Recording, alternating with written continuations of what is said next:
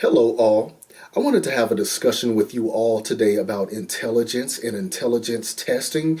I wanted to have a discussion with you all about this because, as aspiring school psychologists, many of you are going to actually be hearing a lot about cognitive and achievement testing, IQ testing, intelligence when you're in the schools and as it relates to the students.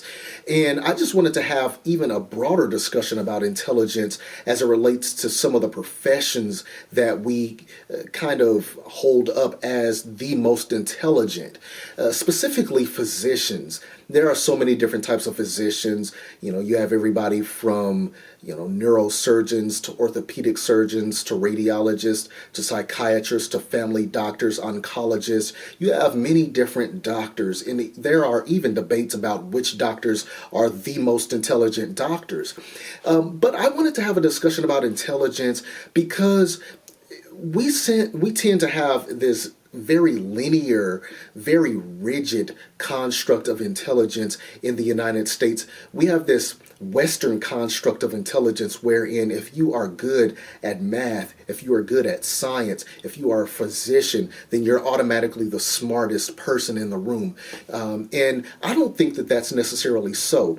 When you are going through medical school, it takes years of training. Even when you finish medical school, you have to go through training in order to be able to do the job, in order to go into the respected field of that you want to go into. It starts in undergrad. So you go to undergrad for 4 years, you then go to medical school for 4 years, and then you do another 3 to 5, and sometimes even more than that, years of training to specialize. When we talk about like the root meaning of intelligence, which means to understand, we all have the capacity to understand. When it comes to the reason why people choose a certain field, it has a lot to do with their interest. It has a lot to do with their motivation. It has a lot to do with determination to succeed in that field. If you are not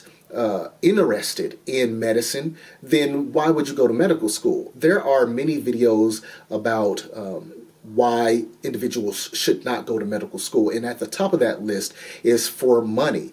A lot of medical students and a lot of physicians often make videos about you should not go to medical school because of the money.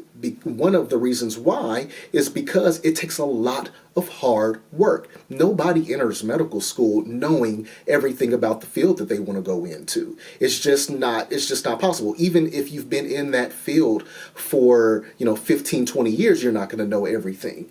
And so that's why it's called practice. And so when we hold certain professions up to be the most intelligent people, no, it just takes a lot of hard work to get there. It takes a lot of studying to get to be the physician that you want to be.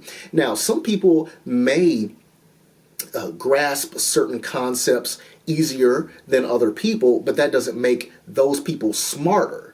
And I think that that's something that people have to understand. When you're getting an MD, a JD, a PhD, an EDD, any of those, it is very important for you to understand that your classmates aren't more intelligent than you. They're learning the same material as you. They may have different study habits, and like I said, that some students may be able to grasp certain concepts and certain things that you are learning easier, but that doesn't make them more intelligent than you are.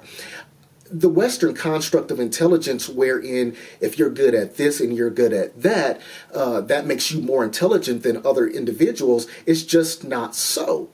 I think that many people have been wired to think that, but that isn't so. There are many things when it comes to educational and school psychology that's really sticky.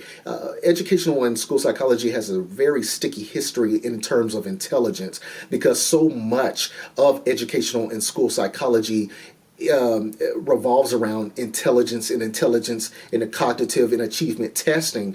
And through the centuries, a lot of that history when it comes to eugenics, and I'll go more into that in other videos. But when it comes to eugenics, it's a very sticky history, and so I just wanted to have this discussion about intelligence, and you don't have to think about other people as more intelligent than you. And so if your brain functions in the way that God intended it to, you have the capacity, like anyone else, to gain a lot of knowledge. And so when you are going and you're studying, and maybe you don't do well on a test, maybe you don't do as well as your other classmates, don't think of them as more intelligent than you. You just maybe have to try a little bit harder.